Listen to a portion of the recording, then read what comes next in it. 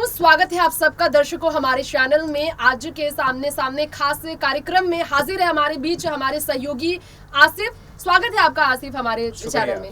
आसिफ, हमारे बीच यहाँ पर हम बात करने वाले हैं महाराष्ट्र की सियासत पर, क्योंकि सब जानते हैं कि महाराष्ट्र की सियासत और भी ज्यादा तेज हो रही है। भले ही 2023 विधानसभा चुनाव काफी दूर है, अभी 2022 से चल रहा है, लेकिन यहाँ पर जिस तरह से लगातार सवाल पे सवाल खड़े किए जा रहे हैं सीएम उद्धव ठाकरे के खिलाफ, अभी तक नवनीत राणा और रवि राणा आवाज उठाते नजर आए। शुरुआत भले राज ठाकरे ने की, लेकिन सबसे ज्यादा इसका फायदा नवनीत राणा और रवि राणा ने उठाया। सीएम उद्धव के खिलाफ लगातार उन्होंने इल्जाम पे इल्जाम लगाए, दिल्ली में दौरे किए, केंद्र से मिले, केंद्रीय मंत्रियों से उनकी मुलाकात जारी रही और इसके बाद अब ये मामले में यहाँ पर सीएम उद्धव के खिलाफ जो जंग जारी था, बीजेपी का, मनसे का, राणा दंपति का, इस जंग में अब अन्ना हजारे का नाम शामिल हो गया है।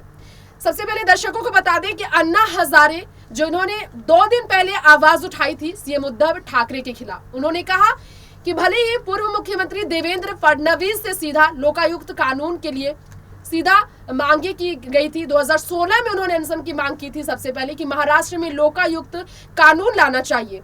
देवेंद्र फडणवीस उन्होंने जब ये रोकने के लिए, अनशन को रोकने के लिए, आंदोलन को रोकने के लिए अन्ना हजारे की बात मानी और उन्होंने इस पर ड्राफ्ट बनाने के लिए फैसला लिया। इस पर मीटिंग बैठाने के लिए अन्ना हजारे की टीम और बीजेपी की टीम, बीजेपी सरकार जब थी तो टीम इन्होंने गठित किया और आगे इस पर चर्चा के लिए फैसला लिया। चर्चा चलता रहा और इसके बाद फिर अचानक से शिवसेना सरकार आ गई। शिवसेना सरकार यहाँ पर बनने के बाद 2 साल गुजर गए, लेकिन सीएम उद्धव ठाकरे देवेंद्र फडणवीस की तरफ से उठाए गए इस कदम को आगे नहीं बढ़ा पाए। लोकायुक्त कानून लाने में 2 साल में विफल हो गए उद्धव ठाकरे। अन्ना हजारे का ये कहना है कि जब वो 2 साल में वादे पूरे नहीं कर पाए, फिर वो बैठे क्यों है कुर्सी पर, उन्हें तो इस्तीफा दे देनी चाहिए। और अब अन्ना हजारे 2 दिन बाद कहते हैं कि वो 8 जून को इस पर आंदोलन करें, 8 अगस्त को आंदोलन करेंगे लोकायुक्त कानून को लेकर। सीधा सवाल आपसे करेंगे, क्या आपको सही लगता है सीएम उद्धव से इस्तीफे की मांग करना, अन्ना हजारे का अनशन करना? अभी तक राज ठाकरे और नवनीत का नाम आ रहा था कि बीजेपी उन्हें प्रेशराइज कर रही है। अब अन्ना के बारे में आप क्या कहना चाहेंगे? क्या बीजेपी उन पर या प्रेशर डाल रही है? तृप्ति जी, देखिए, हमें इस बात को नहीं भूलना चाहिए कि ये अन्ना हजारे हैं कौन। ये अन्ना हजारे वही हैं जिन्होंने कांग्रेस को बीजेपी को मजबूत किया। ये वही अन्ना हजारे हैं जो बीजेपी के लिए अपनी जान तक देने के लिए मजबूर हो गए। किस तरीके से 13 दिन तक ये अनशन पे बैठे हुए थे, हम सब जानते हैं, भूखे।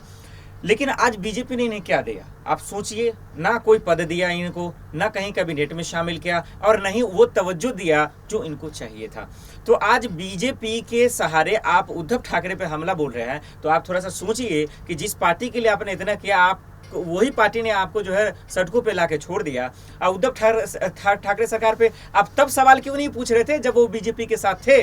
विधानसभा चुनाव से पहले तो बीजेपी के साथ थे उद्धव ठाकरे यानी शिवसेना, लेकिन उस टाइम आपको क्यों नहीं जो है बोलने से बन रहा था? उस टाइम क्यों नहीं चुप्पी टूट रही थी?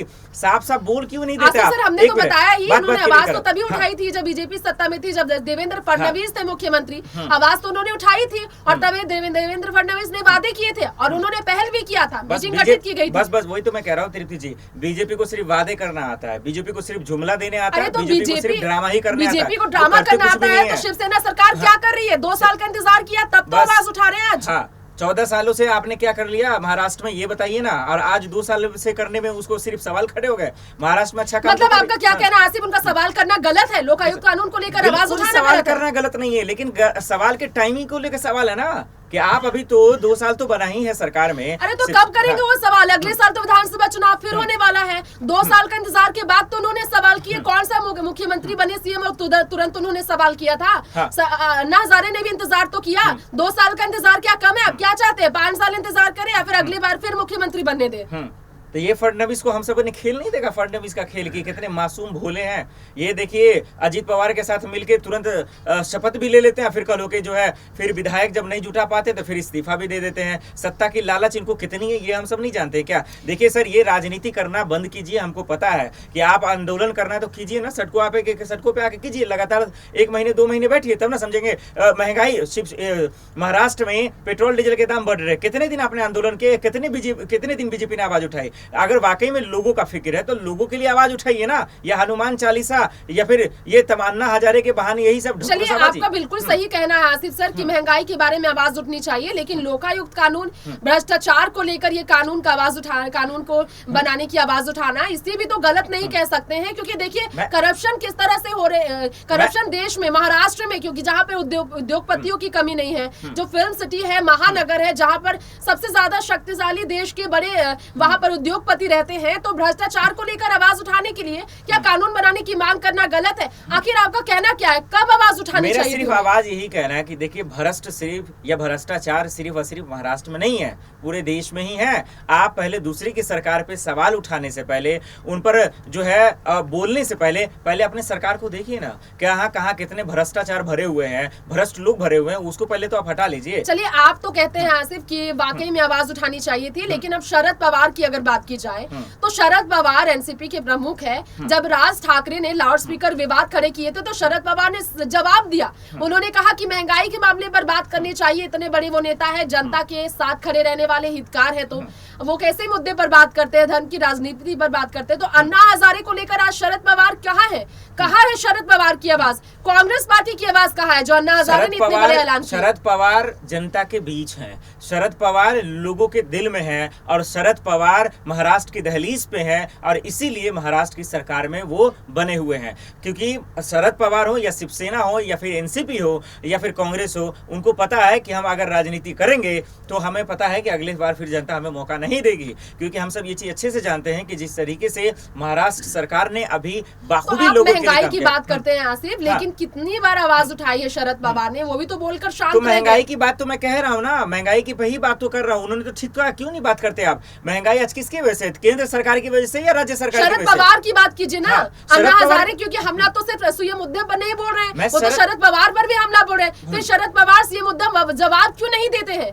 आपने कहा अभी कुछ टाइम पहले कि जवाब देना चाहिए, महंगाई के मुद्दे पर अनशन करना चाहिए, तो भाई जवाब तो मैं वही तो कह रहा हूँ ना कि आज अन्ना हजारे अगर शरद पवार से पूछ रहे हैं तो उनको तो पहले मोदी जी से पूछना चाहिए ना कि भैया आप उनके लिए जो आप इतना काम किए, इतना आपने महंगाई को लेकर बैठा, अब बैठिए ना, आप क्यों नहीं बैठते? क्योंकि राज्य सरकार पे ढंडोरा पीटने से आपकी समस्या दूर नहीं होगी, आपकी समस्या तब दूर होगी ना जब केंद्र जो मुसीबत बढ़ा रही है आप उसको लेके बैठेंगे। तो ये शरद पवार के नाम पर क्यों झूठ मूठ कर राजनीति कर रहे हैं? पूरी अन्ना हजारे हो या राज ठाकरे सब राजनीति कर रहे हैं बीजेपी के फायदे के लिए। चलिए, आपका कहना है कि बीजेपी के फायदे के लिए अन्ना हजारे इस तरह की राजनीति कर रहे हैं, बीजेपी का सीधा फायदा करने के लिए, मतलब सीधा है किसी मुद्दा को कुर्सी से गिराना है, बीजेपी की एंट्री विधानसभा चुनाव महाराष्ट्र में करानी है। चलिए, तो यहाँ पर आसिफ ने जो जानकारी दी है दर्शकों को, सीधा इनका कहना है कि बीजेपी सत्ता में दोबारा महाराष्ट्र में सत्ता पे लौटने के लिए इस तरह तरह के मुद्दे पर आवाज उठा रही है, जो सीएम उद्धव के खिलाफ, उनकी कुर्सी के खिलाफ हो, और अन्ना हजारे भी इस मुद्दे, अभी इस बवाल में घुस गए हैं।